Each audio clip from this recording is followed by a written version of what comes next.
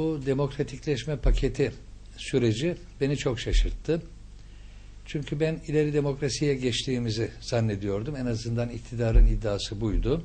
Paketin hazırlanış biçimi. Usul anlamında dünyada böyle bir örneği var mı bilmem. Ne diğer siyasi partilerle ya da diğer sivil toplum örgütleriyle tartışılmaksızın, toplumun fikri, görüşü alınmaksızın tıpkı bir sevgiliye sürpriz hazırlar gibi bir paket hazırlanması ve bunun bir bütün halinde toplumun önüne konulması da usul açısından benim anlayabileceğim bir şey değil. Ve ne yazık ki beklentiler o kadar çok yükseltildi ki belki de pakette olan çok önemli sayılabilir bazı şeyler bile önemsiz bir görüntü kazandı. Çünkü beklenti çok yüksekti. Bunu da ne yazık ki paketi hazırlayanlar yaptılar ve beklentileri yükselttiler. Şimdi döndük baktık. Romanlar için enstitü. Bir an düşündüm, romanların sanki yıllardan bu yana bir enstitümüz olsun diye yanıp yakıldıklarını zannedersiniz. Ya da Alevilerin bir üniversiteye Hacı Bektaş Veli adının verilmesi için çok beklentiler içinde olduğunu zannedersiniz. Bence bilmiyorum Aleviler ne düşünür ama bir üniversiteye Hacı Bektaş adını vermektense belki köprüye Yavuz Selim adını vermemek çok daha doğru bir tavır olabilirdi. Bakıyoruz kamuda türban.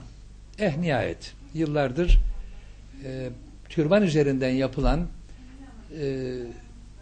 açmaz yaratan anlayışlar, belki dinsel sömürü, belki bu hassasiyetlerden umulan politik çıkarların umarım sonu olur ama tabi burada da belli ölçekte yapılabildi bu.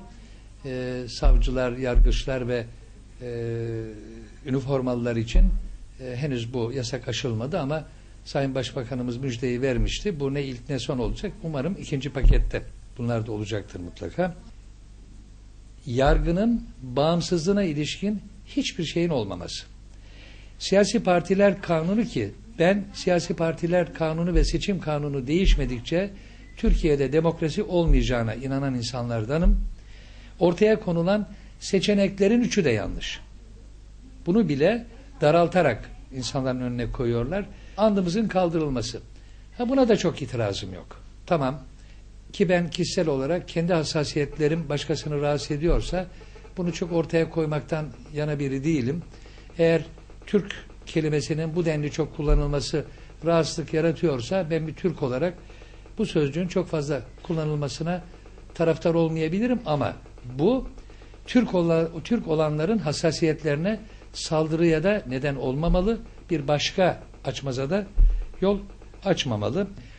Söylenenlerle yapılanlar, edilenler artık toplumun ihtiyacı mıdır yoksa AKP'nin ihtiyacı mıdır bu paket? Bunu değerlendirmek elbette toplum tarafından yapılacaktır. Söylüyorum bunu ve sonuç olarak şunu iddia ediyorum. Türkiye'de öncelikle basın özgürlüğünü sağlayın. Türkiye'yi gazeteciler için açık cezaevi olmaktan çıkarın.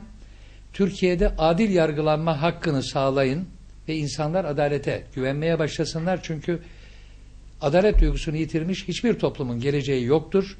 Önce bunlar yapılsın. Siyasi partiler kanunu değişsin.